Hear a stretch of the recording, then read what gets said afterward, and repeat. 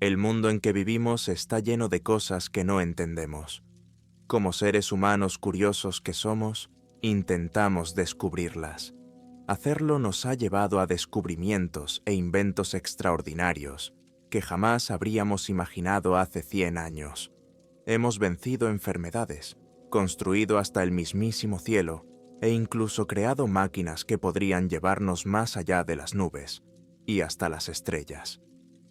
Si nuestros antepasados pudieran vernos y ver lo que hemos creado, estoy seguro de que muchos de ellos nos verían como dioses. Sin embargo, nuestra curiosidad innata y nuestro ansia de conocimiento no siempre nos han llevado a la grandeza. El verdadero mal y la oscuridad también se han descubierto en la conquista del conocimiento por parte de la humanidad.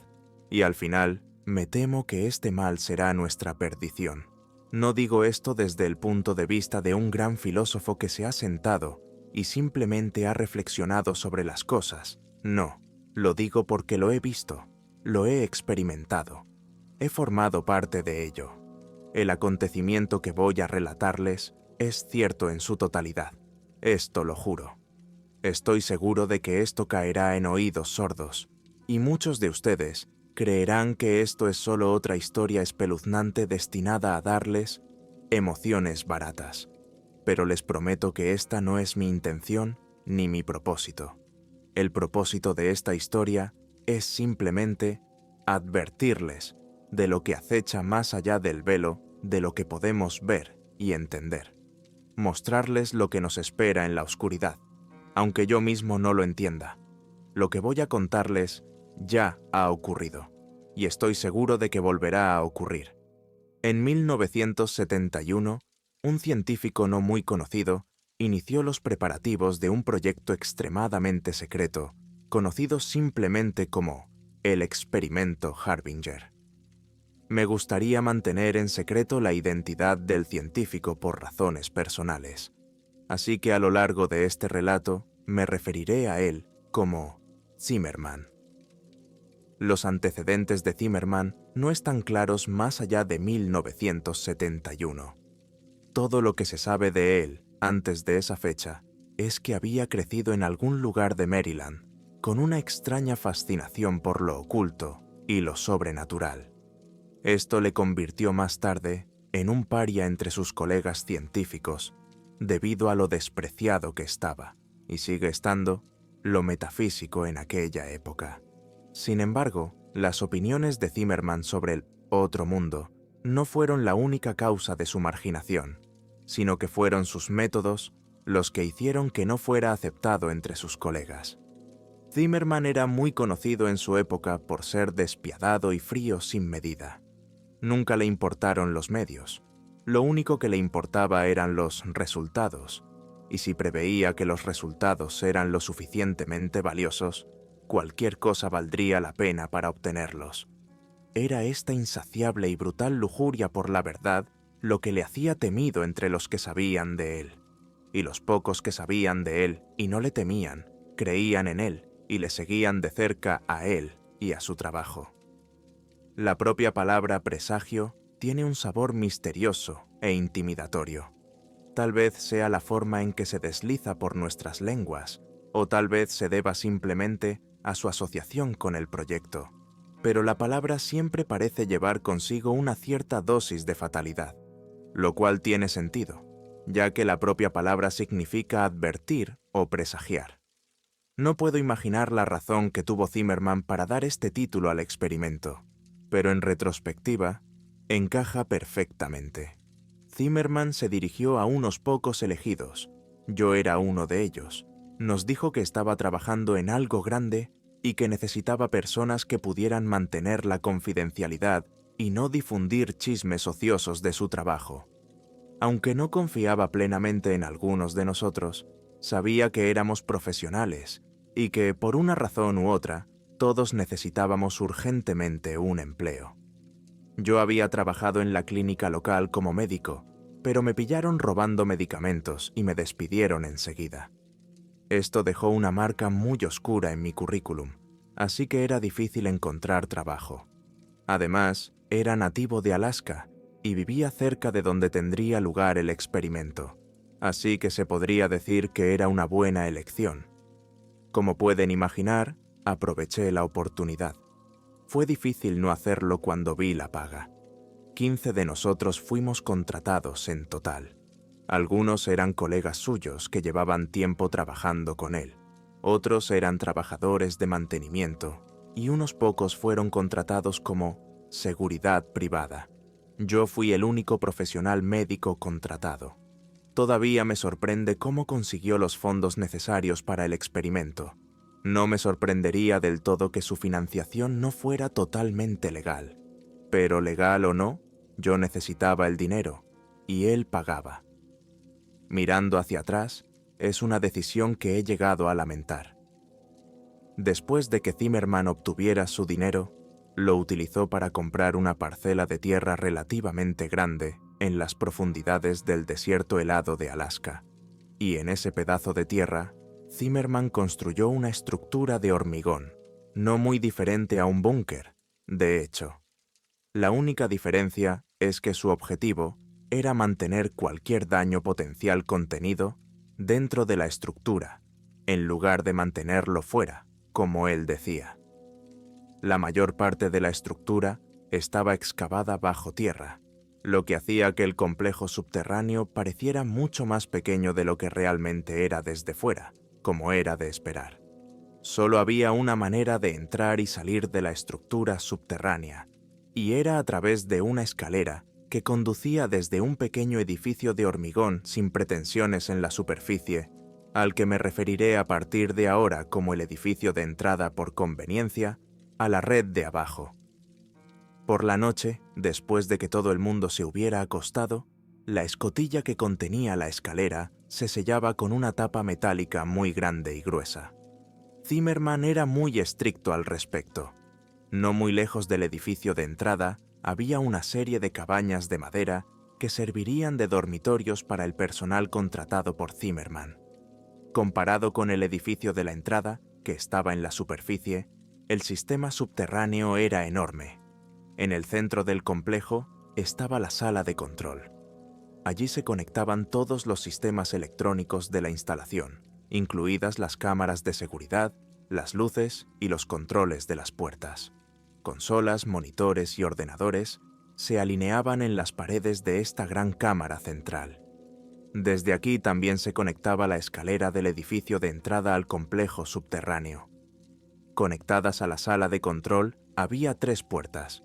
Una conducía a una sala más pequeña que servía de enfermería, otra a una sala de descanso y la última a los pasillos. En los pasillos era donde el complejo empezaba a resultar extremadamente inquietante. Por alguna razón, estaban dispuestos en un esquema extremadamente confuso que conducía en círculos y a callejones sin salida. Estos pasillos constituían la mayor parte del complejo y era muy fácil perderse en el laberinto si no se estaba familiarizado con él. Pero si sabías a dónde ibas, no tardabas en encontrarte ante una de las 3 salas de 2 por 2 metros. Cada sala tenía una cámara conectada a una de sus esquinas y las 3 cámaras estaban conectadas a un monitor en la sala de control. También había cámaras diseminadas por los pasillos, de modo que quien estuviera vigilando el monitor correspondiente podía ver dónde quisiera y cuando quisiera.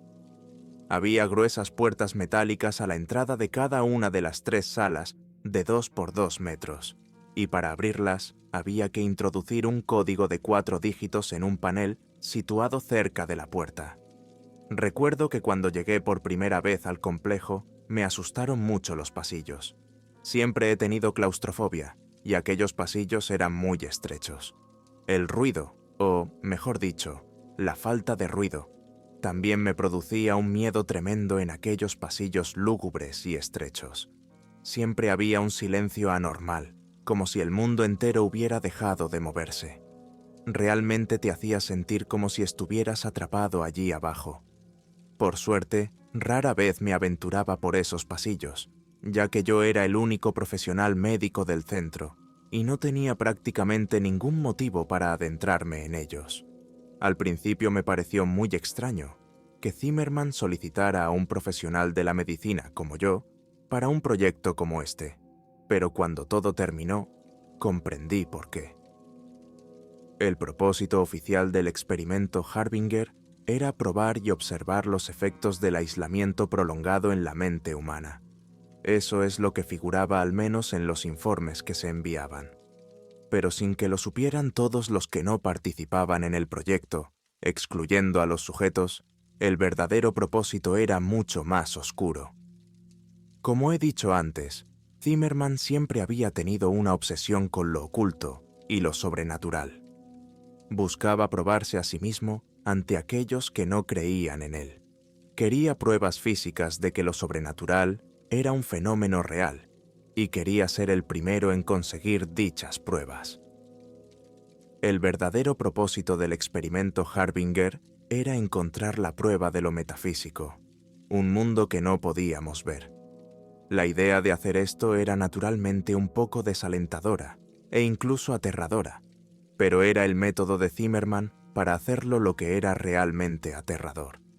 Zimmermann creía que sería capaz de abrir momentáneamente un portal entre mundos, permitiendo a 3 entidades aleatorias cruzar a nuestro mundo, y cada uno de estos seres quedaría atrapado dentro de una de las 3 habitaciones.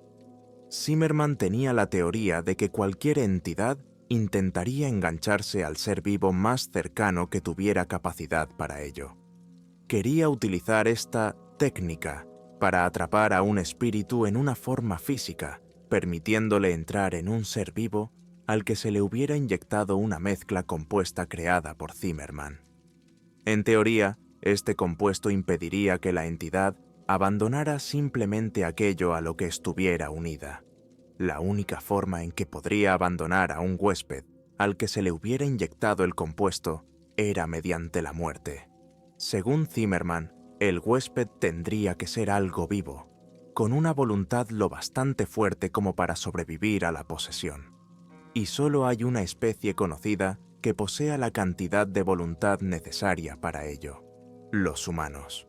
Zimmermann también había hecho algo para asegurarse de que las entidades solo entrarían en las 3 habitaciones y que solo habría una entidad en cada habitación, aunque no puedo decir que sepa qué hizo exactamente.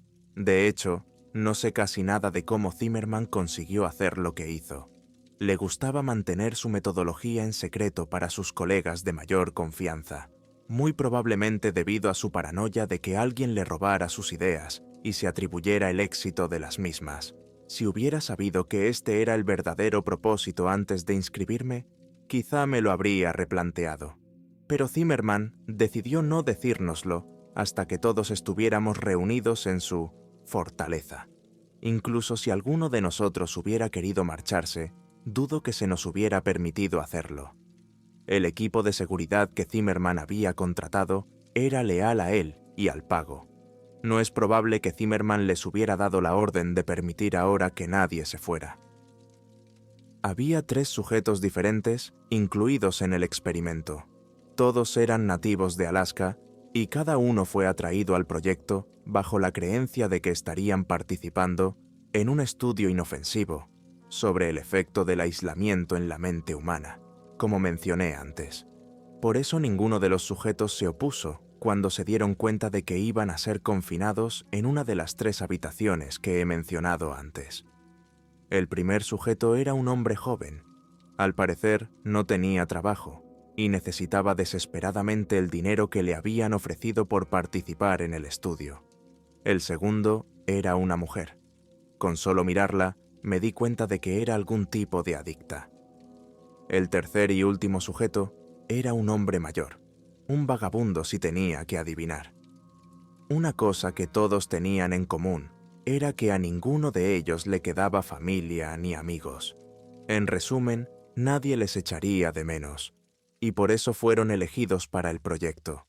Lo siento, ojalá pudiera facilitar más información sobre los sujetos, pero todo esto lo he sacado de memoria, y para empezar, me dieron poca información sobre los 3. El experimento no comenzó oficialmente hasta 1987, 16 años después de su anuncio original.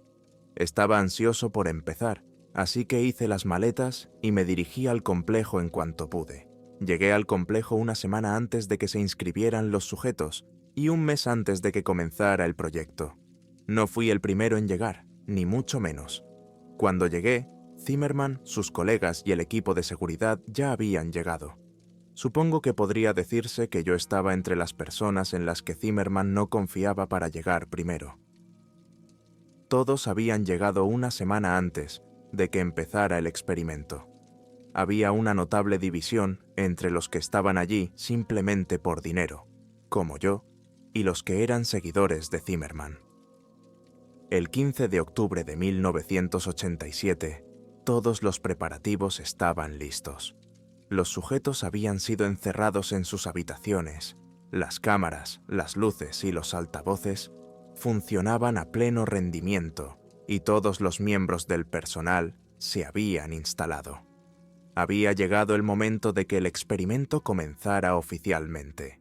Zimmerman pidió a todo el mundo que se presentara en la sala de control sobre las 9 de la noche para presenciar el comienzo del experimento. Quería que todos estuvieran presentes cuando demostrara que todas sus teorías habían sido correctas y que no era un simple loco. Quería que todos viéramos los frutos de su trabajo. Cuando por fin todos se habían reunido en la gran sala de control, Zimmerman se volvió hacia nosotros y simplemente dijo: «Observad». A continuación, nos dio la espalda. Se inclinó hacia el micrófono que proyectaba su voz por las 3 salas y empezó a cantar en un idioma extraño que, estoy seguro, nadie más que Zimmerman podía entender. Todos observábamos los 3 grandes monitores de la pared, esperando en silencio a que ocurriera algo. Todos los sujetos permanecían en sus habitaciones, estupefactos ante los cánticos de Zimmerman, mirando fijamente a los monitores con expresiones confusas en sus rostros. Al cabo de unos 5 minutos, sentí algo horrible. No puedo explicar qué era exactamente, pero una horrible sensación de pavor me invadió, y me invadió el miedo. Fue entonces cuando el suelo empezó a temblar sutilmente y las luces a parpadear. Zimmerman siguió cantando por el micrófono como si nada estuviera mal, mientras los sujetos corrían por sus habitaciones, gritando pidiendo ayuda. De repente, el suelo dejó de temblar y la imagen del monitor se convirtió en estática. El aire empezó a volverse muy pesado, mientras todos mirábamos fijamente a los monitores, esperando a que recuperaran su imagen y nos mostraran lo que estaba ocurriendo o había ocurrido en aquellas 3 habitaciones. Durante un rato todo quedó en silencio, pero entonces se oyeron gritos. Los gritos de una mujer que atravesaba un dolor y un terror insoportables empezaron a resonar por todo el recinto. Los gritos similares de los hombres empezaron a coincidir con los gritos aterrorizados de la mujer, y juntos se mezclaron en una horrible sinfonía de dolor y miedo que golpeaba sin piedad nuestros oídos. Los que estábamos aquí por el dinero empezamos a lanzarnos miradas de miedo, mientras que los leales a Zimmerman parecían completamente imperturbables. Queríamos irnos y no volver nunca a este horrible lugar, pero en el fondo todos sabíamos que Zimmerman nunca permitiría que eso sucediera. Estábamos aquí a largo plazo, no había escapatoria. Eran las 22:13 cuando por fin cesaron los gritos. Los monitores aún no nos habían revelado lo que había ocurrido en aquellas 3 habitaciones. En cuanto cesaron los gritos, Zimmerman se levantó y nos despidió a todos por esta noche, añadiendo que todos teníamos prohibido volver al recinto hasta mañana a las 10 de la mañana, aunque ninguno de nosotros quería hacerlo. Salimos solemnemente del recinto hacia las cabañas y nos instalamos para pasar la noche. Creo que se puede decir que no todos dormimos bien esa noche, y yo no fui uno de ellos. A la mañana siguiente, todo el personal había llegado al edificio de entrada. Todos estábamos dentro intercambiando miradas cansadas o nerviosas, mientras esperábamos a que Zimmerman llegara y abriera la trampilla que ocultaba la escalera. Podía ver un miedo palpable en los ojos de algunos de nosotros. mientras que a otros no parecía haberles afectado ni remotamente lo ocurrido la noche anterior. Zimmerman apareció 5 minutos después de las 10, disculpándose por su tardanza mientras atravesaba la puerta del edificio de entrada. Abrió la escotilla y, sin vacilar, empezó a descender por la escalera hacia el negro abismo. Casi parecía entusiasmado. Fui el primero en seguir el oscuro descenso de Zimmerman hacia el interior de las instalaciones. Parecía que cuanto más bajaba, más se cerraba la oscuridad sobre mí, como si intentara tragarme entero. Y a medida que ascendía, no podía evitar sentir que este lugar era diferente. Mientras que antes solo existían los inquietantes pasillos y habitaciones de hormigón, ahora había algo más. Algo hacía que lo espeluznante se sintiera tan real y personificado. Sentí que allí abajo nos esperaba una escena horrible y espantosa, pero seguí bajando, a pesar de mi miedo y mis dudas. Esto ya no era solo un búnker espeluznante, había oscuridad y malevolencia en el aire. Un verdadero mal vivía ahora aquí, y yo podía sentirlo. Todos podíamos. Finalmente sentí que mi pie tocaba el suelo y dejé escapar un silencioso suspiro de alivio por estar en tierra firme. Casi de improviso, las bombillas cobraron vida, empapando la habitación con su cálida y bienvenida luz. Zimmerman debe de haber encendido la luz, pensé. Me tomé un par de segundos para examinar la sala de control. Estaba exactamente como la habíamos dejado anoche, por lo que elevé una plegaria silenciosa y agradecida. Era casi como si nunca hubiera ocurrido nada extraño. Me sacudí de mis pensamientos al recordar los monitores llenos de estática de la noche anterior. Dejé que mis ojos se dirigieran lentamente hacia los monitores de la pared, anticipando las escenas sombrías y aterradoras que aparecerían en ellos.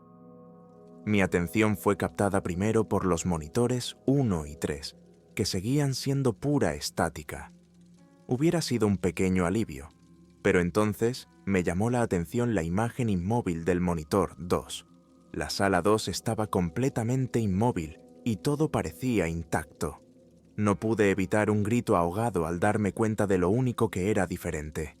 La mujer yacía en el centro de la pequeña habitación de hormigón, con una expresión de miedo y terror congelada en su rostro demacrado mientras yacía silenciosa y sin vida sobre su espalda.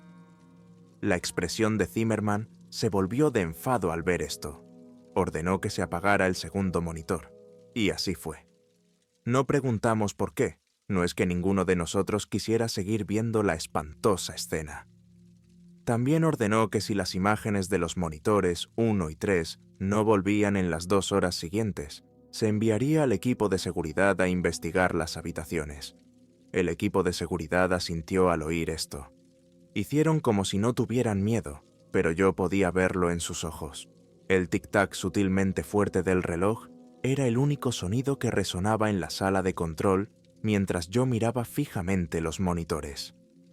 Había transcurrido 1 hora y 50 minutos, y la estática seguía siendo lo único que ocupaba los monitores 1 y 3. Todos los demás miembros del personal estaban trabajando, excepto yo.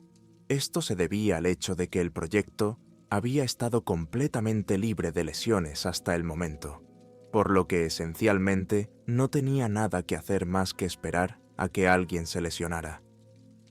Zimmerman, un par de colegas suyos y yo éramos los únicos que ocupábamos la sala. Charlaban tranquilamente entre ellos al otro lado de la sala, mientras yo me dedicaba a leer y reflexionar sobre la situación en la que me encontraba. Estaba claro que había cometido un error al venir aquí. El cadáver que yacía en la habitación 2 era prueba suficiente de ello. Y solo Dios sabía lo que nos esperaba en las habitaciones 1 y 3. Mis pensamientos se vieron interrumpidos al regresar la imagen del monitor 3. La nítida imagen que ahora se mostraba en la pantalla hizo que los ojos de todos se abrieran notablemente.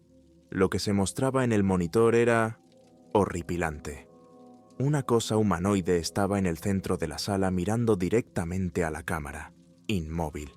Llevaba puesto el mono que le habían dado al sujeto 3, pero estaba claro que no era el mismo hombre que había entrado en la habitación. Lo que primero me llamó la atención fueron sus ojos. Eran negros y tenían el doble de tamaño que los ojos humanos normales. Parecían tan infinitos y tan fríos. Su cabeza también había crecido con los ojos de una forma tan simétrica e inquietante. El ser también se había despojado de todo el pelo que tenía, e incluso desde el monitor podía ver lo anormalmente suave y clara que era su piel. También parecía haber crecido en altura y estatura, lo que podía verse en el hecho de que el mono era ahora obviamente demasiado pequeño para su portador. Sus extremidades se habían hecho especialmente largas. Los brazos le llegaban casi a las rodillas. Lo que estábamos viendo no era en absoluto el mismo hombre que habíamos enviado dentro. Miedo. Miedo era todo lo que sentía mientras seguía mirando en el monitor a la cosa que había en la habitación. Y mi miedo parecía ser compartido por los que me rodeaban, lo que me hizo sentir algo bien. Puede sonar horrible, pero era un poco satisfactorio ver que Zimmerman y sus colegas también podían sentir miedo. Pero al mismo tiempo era preocupante porque eso demostraba que aquello no formaba parte del plan de Zimmerman. Algo había salido mal. Todos mirábamos fijamente al monitor a pesar de nuestro miedo. Era casi como si estuviéramos en trance. Mi miedo, ya presente, empezó a crecer y a extenderse rápidamente por mi cuerpo mientras me perdía en los ojos de la criatura, atrapado en su aterradora mirada hipnótica. Después de lo que me pareció una eternidad, conseguí romper el contacto visual con la criatura y desviar mi atención del monitor, y cuando lo hice, sentí que mis niveles de miedo descendían considerablemente. Al cabo de un rato, Zimmerman ordenó a su equipo de seguridad que se dirigiera a la puerta del sujeto tal y como había dicho que haría. El equipo de seguridad se marchó sin hacer preguntas, armado únicamente con porras y pistolas. Centré mi atención en ver a los hombres avanzar por los pasillos hacia la habitación del sujeto, uno a través de las cámaras. Incluso a través de las cámaras de no muy alta calidad, no era difícil darse cuenta de que esos hombres tenían miedo de lo que les esperaba. Sus cabezas estaban gachas mientras caminaban. No tenían la misma confianza en sí mismos que cuando empezó este proyecto. Parecían niños asustados a los que envían a una guerra terrible. Finalmente llegaron a la puerta. Teníamos una visión perfecta de ellos y de la puerta a través de la cámara del pasillo. Uno de ellos dijo algo a través de uno de sus walkie-talkies e hizo un movimiento hacia la cámara. En respuesta, uno de los colegas de Zimmerman abrió la puerta de un zumbido. Los hombres ya tenían sus pistolas desenfundadas cuando pulsaron el botón. Lentamente, la puerta empezó a abrirse. Todos observamos con impaciencia cómo los hombres empezaban a acercarse a la puerta, con las armas apuntando hacia el interior. De repente y sin previo aviso, se oyó un fuerte chillido, y cuando algo salió disparado de la habitación hacia los hombres, el monitor se convirtió en estática. Inmediatamente, oímos gritos que resonaban por los pasillos, seguidos poco después por el inconfundible sonido de disparos. No podíamos hacer otra cosa que esperar.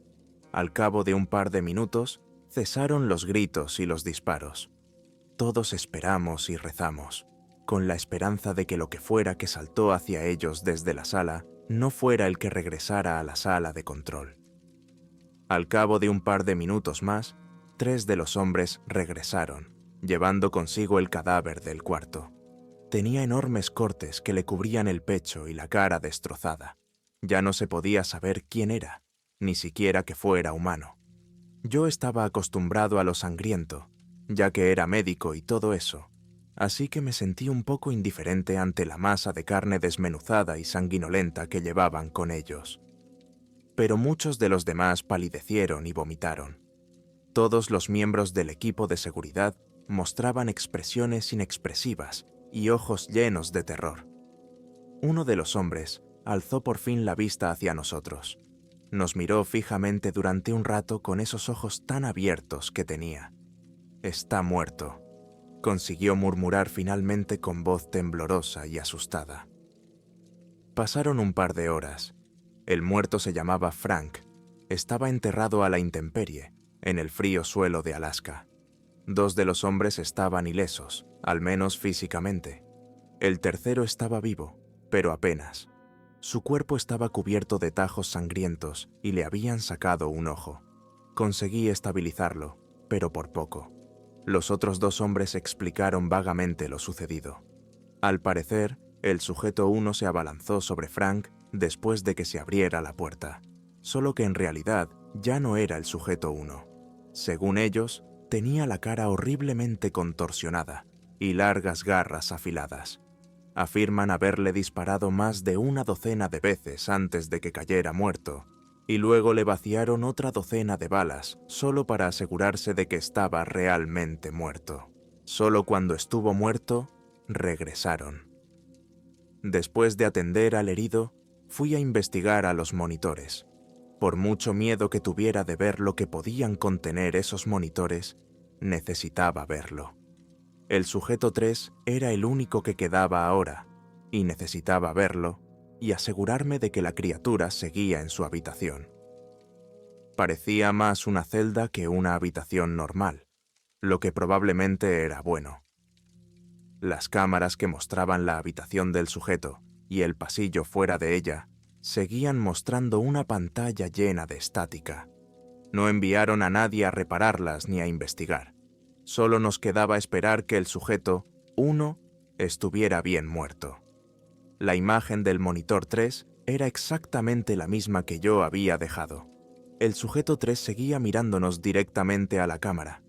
Seguía exactamente en la misma posición y, si no fuera por el pequeño ventilador de la esquina de la habitación, pensaría que estaba viendo una imagen fija. En cierto modo, sentí alivio al verlo. Alivio de que siguiera en su habitación y no se hubiera escapado mientras nadie miraba. Cuando todo se calmó, noté algo especialmente inusual.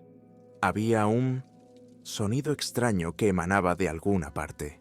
Al principio, apenas se percibía. La única razón por la que lo oí fue por lo extremadamente silenciosa que estaba la enfermería.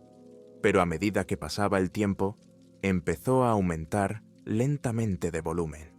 Al cabo de 1 hora, el volumen era tan alto que los demás también lo oían, y al cabo de un par de horas más, su volumen había aumentado tanto que pudimos determinar de qué ruido se trataba.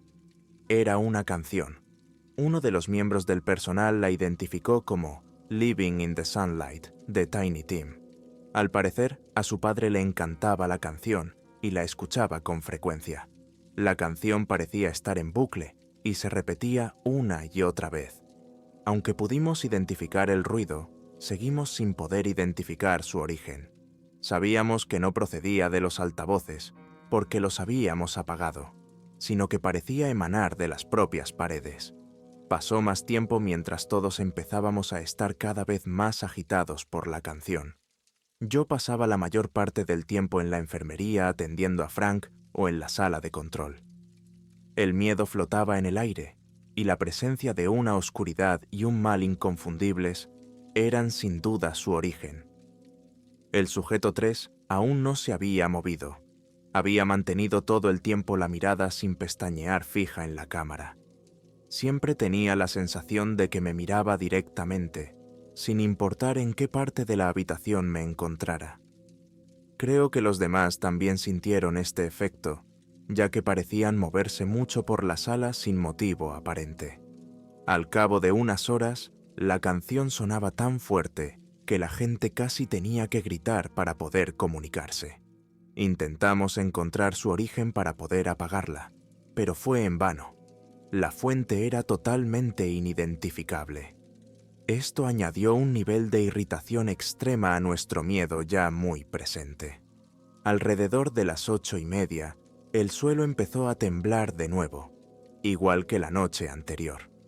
El pánico empezó a cundir entre mis compañeros y yo a medida que los temblores aumentaban en intensidad. En ese momento, tuve la repentina sensación instintiva de mirar el monitor del sujeto 3. Había desaparecido. Casi de improviso se cortó la luz. Y por suerte, la canción también. Desde que regresó el equipo de seguridad, el pánico había ido cundiendo poco a poco entre el personal, y Zimmerman se sentía impotente para detenerlo. Cuando se apagaron las luces, las proyecciones de calma que todo el mundo había intentado mantener nos abandonaron, y el miedo se apoderó de todos nuestros corazones. Las luces de emergencia se encendieron poco después de que se fuera la luz, por lo que recé en silencio. Las luces eran tenues, pero me permitían ver mucho. El pánico total se apoderó de nosotros cuando muchos de mis compañeros empezaron a gritar y a correr hacia la escalera en un intento de escapar. Pero eran demasiados los que intentaban utilizarla a la vez, y nadie era capaz de llegar muy lejos en la escalera sin que otro le tirara al suelo y ocupara su lugar. Zimmerman gritaba a todo el mundo que se calmara, pero su personalidad dominante e intimidatoria no surtía efecto aquí, y sus peticiones caían en saco roto. El caos era total. No pasó mucho tiempo hasta que la gente empezó a hacerse daño en sus intentos desesperados por subir la escalera y salir de este lugar.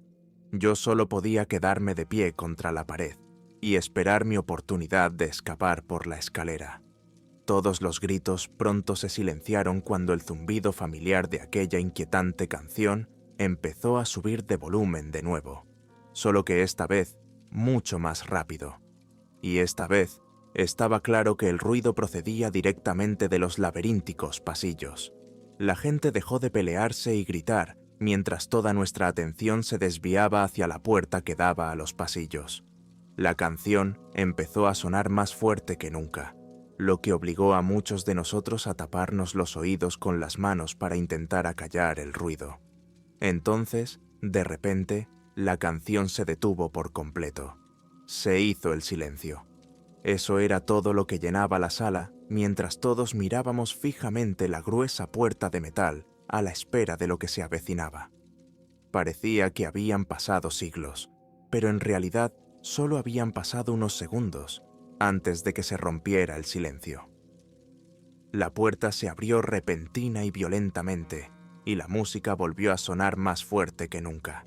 La brusquedad y el volumen hicieron que muchos de nosotros retrocediéramos tirándonos al suelo y agarrándonos los oídos en un intento de tapar el ruido. Levanté la vista solo un segundo y en el umbral de la puerta se alzaba una figura alta, de piel lisa, extremidades largas y ojos tan oscuros y malévolos que se veían claramente en la penumbra. Después de orientarme, volví a mirar a la criatura justo a tiempo para ver cómo la cosa cogía a Zimmerman y lo partía por la mitad en un movimiento fluido, empapando la habitación y a todos los presentes con su sangre, sus intestinos y sus órganos. No era ajeno a la sangre, pero ver aquello fue demasiado para mí. Me encorvé inmediatamente después de verlo y vomité por todo el frío suelo de cemento. Esa escalera es mi única esperanza de sobrevivir, pensé mientras me obligaba a ponerme en pie. Y cuando mis ojos se alzaron junto con el resto de mí, pude ver a la cosa rasgando y desgarrando a la gente mientras se dispersaban en un intento de escapar de ella. Estaba distraído, y aunque suene horrible, esta era mi única oportunidad de subir esa escalera. Forcé las piernas para moverme hacia la escalera, intentando bloquear los gritos aterrorizados de mis compañeros y la música insoportablemente alta. Podía oír disparos que coincidían con los gritos y terribles sonidos de carne desgarrada en algún lugar del desorden de ruido. Extendí las manos y sentí una oleada de alivio cuando mis dedos entraron en contacto con los duros peldaños metálicos de la escalera. Me agarré a ellos y empecé a subir lo más rápido que pude, en mi estado de desorientación, mientras rezaba para que el monstruo no me viera y me sacara de la escalera y me devolviera a la matanza. Sentí como si en cualquier momento una de sus suaves manos me rodeara los tobillos y me arrastrara hacia la muerte, pero finalmente llegué a la cima. No tenía ninguna duda. Tenía que cerrar la escotilla y sellar a esa cosa de ahí abajo, aunque eso supusiera una muerte segura para mis colegas. No podía permitir que esa cosa escapara. Agarré la gruesa tapa metálica y empecé a empujar con todas mis fuerzas en un intento de sellar el complejo subterráneo. A pesar de lo densa y resistente que era, la tapa era sorprendentemente fácil de mover, y no me costó mucho esfuerzo empujarla sobre la escotilla, incluso en mi estado de debilidad. En cuestión de segundos, la escotilla quedó completamente cubierta por la densa tapa metálica. Me desplomé de lado y empecé a vomitar un poco más mientras me invadía el agotamiento. Y mientras yacía allí, me di cuenta de algo. Aparte de mis respiraciones agitadas, lo único que podía oír era el débil eco de aquella canción de abajo. Sentí que perdería más la cordura si seguía allí tumbado escuchando aquella canción. Así que me obligué de nuevo a ponerme en pie y comencé a dirigirme a la cabaña de madera en la que me había alojado la noche anterior. Allí había dejado mi equipaje y también las llaves de mi camioneta. De los 15 miembros del personal que participaron en aquel experimento olvidado, yo soy el único que sobrevivió. Nunca he vuelto al horrible lugar donde ocurrió todo aquello, y no tengo intención de hacerlo. El proyecto era muy secreto, y Zimmerman era el único que conocía todos los detalles del mismo. Y, que yo sepa, nadie más que yo sabe de mi participación. De hecho, probablemente soy el único que sabe en qué consistía realmente el experimento Harbinger, por no hablar de lo que ocurrió en realidad. A estas alturas, probablemente os estéis preguntando por qué os he hablado a todos de algo que ninguno de vosotros debería saber. Tal vez estén esperando que les dé un discurso sobre no meterse con cosas que no se entienden o algo por el estilo. Espero que no, porque no tengo ningún discurso que dar ni ninguna lección que impartir. Hoy he empezado a oír un ruido. Casi de inmediato, reconocí el ruido como una canción muy inquietante y familiar. Ni siquiera intenté rastrear su origen. Sabía que sería inútil. Y a medida que avanzaba el día, la canción iba subiendo de volumen. Ahora está tan alta que puedo distinguir claramente la letra. Soy completamente incapaz de escapar de la voz del pequeño Tim. Me ha seguido a todas partes. El tercer tema se acerca y sé que el tiempo que me queda en este mundo es muy limitado. Supongo que podría decirse que solo quería contar la historia del experimento Harbinger antes de que se perdiera para siempre. Espero que saques alguna lección de lo que te he contado, pero creo que ambos sabemos que no lo harás. Seamos sinceros, no te crees ni una palabra de lo que acabo de contarte. Y no te culpo. Yo no me creería si fuera tú. Para ti, esto no es más que algo de lo que obtener tus emociones baratas. Probablemente estabas navegando sin sentido por internet cuando hiciste clic en un enlace y te encontraste aquí, donde quiera que estés, leyendo esta historia. Y para ser honesto, no me importa si me crees o no. Incluso si lo haces, probablemente no te detendrá de tratar de descubrir la verdad de una oscuridad que pocos de nosotros hemos visto. Ciertamente nunca detuvo a Zimmerman. Si quieres una lección, mira lo que le pasó cuando fue en busca de la verdad. Rezo para que ninguno de vosotros descubra nunca esta verdad. Rezo para que ninguno de vosotros tenga que ver nunca el mal que yo he visto. Espero que todos lleguéis a vivir en la ignorancia de lo que hay más allá del velo de lo que podemos comprender. Ya está aquí. Puedo sentir sus ojos negros clavándose en mí, igual que pude hacerlo hace tantos años. Soy tan culpable como Zimmerman de la monstruosidad que ahora campa a sus anchas por el mundo, aunque no fui yo quien la creó. Perdonadme. Por favor, perdónenme.